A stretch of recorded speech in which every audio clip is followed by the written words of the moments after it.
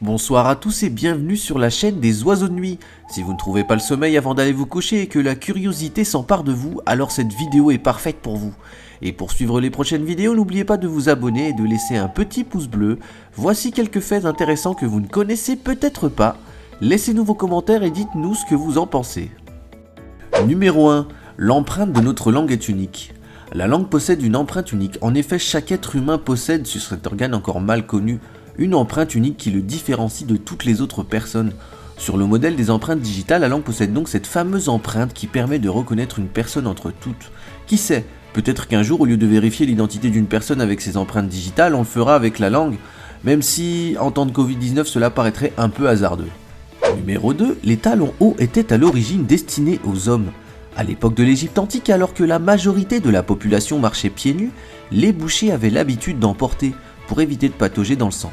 Ces modèles de chaussures apparaissaient d'ailleurs sur les murs de certains tombeaux égyptiens. L'aspect pratique du talon haut a ensuite été adapté par les cavaliers perses, ce type de soulier leur assurant une meilleure stabilité dans les étriers. Puis, ces chaussures sont petit à petit devenues un accessoire de mode chez les nobles, notamment en Italie. Ils aimaient se surélever pour marquer leur rang.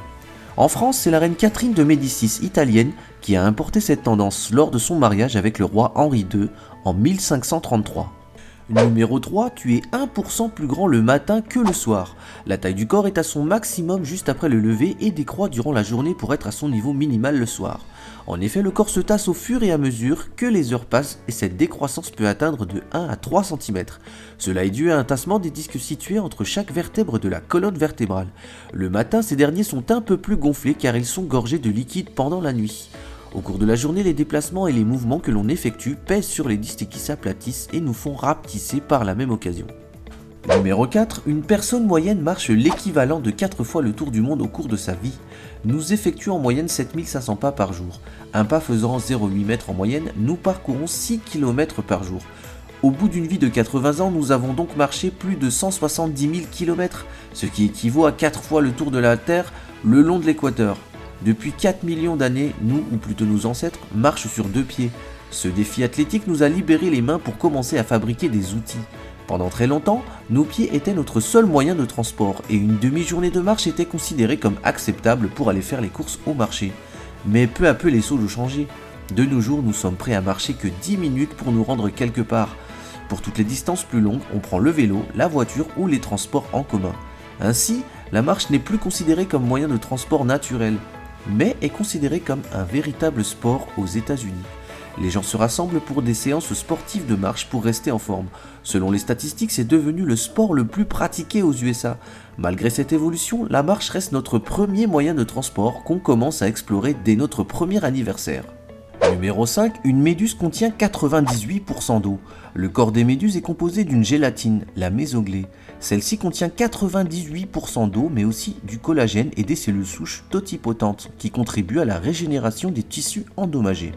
La majorité des méduses sont marines, 1% seulement vivent en eau douce, et leur masse a une densité proche de celle de l'eau de mer. Raison pour laquelle on les retrouve principalement flottant dans des zones proches de la surface. Numéro 6, les chiens sont capables de comprendre jusqu'à 250 mots et gestes. Vous pensiez tout savoir sur nos amis les chiens ?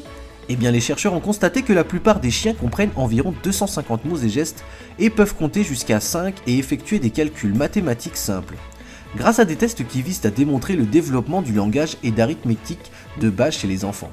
Ces chercheurs ont conclu en moyenne un chien est aussi intelligent qu'un humain âgé de 2 ans.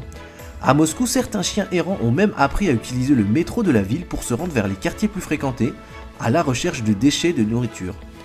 Les chiens ont aussi la capacité de détecter les maladies. Et oui, le chien n'est pas le meilleur ami de l'homme pour rien.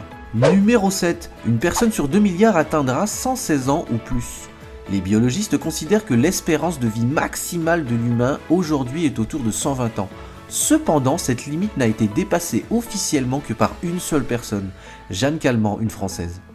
Un peu plus de personnes atteignent au moins 110 ans, on parle alors de super centenaires. Il serait entre 300 et 450 dans le monde sur une population mondiale de 7,6 milliards d'individus, soit seulement une personne sur 20 millions. Au 17 avril 2020, ils étaient 29 et sans surprise, il s'agissait de 29 femmes, pas un seul homme. Dites-nous maintenant lequel de ces faits vous a le plus surpris.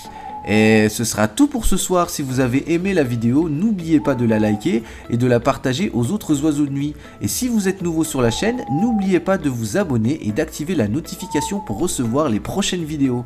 A très bientôt et faites de beaux rêves les oiseaux de nuit.